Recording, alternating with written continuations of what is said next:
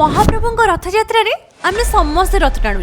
हेले केबे श्रीमंदिर भितर रथयात्रा हेबार शुणी हाँ आमे खाली तो श्री गुंडीचा विषय जानिछे हेले एही गुंडीचा यात्रा 5 प्रकार शाक्त शैव सौर गुप्त एवं श्री गुंडीचा एवं एथि मध्यरु दुईटी गुंडीचा यात्रा बा रथयात्रा श्रीमंदिर भितर होता है जेमिति गुप्त गुंडीचा जहाको देखिबा सौभाग्य आमर नाही एवं एही रथयात्रा रे महाप्रभुंक नवकलेवर समय रे महाप्रभुंक दारू को रखी जहाको केही भी देखि पारंती नाही एहा केवल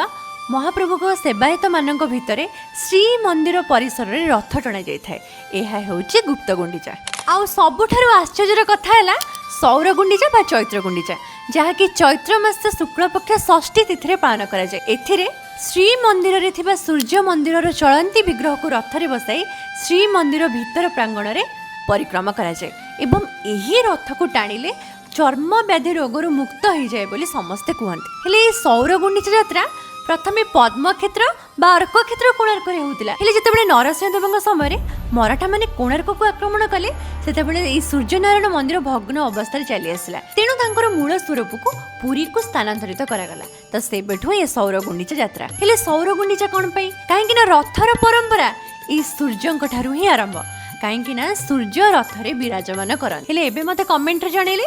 एमिति रथ आपण आगुरु टाणी थिले जय जगन्नाथ।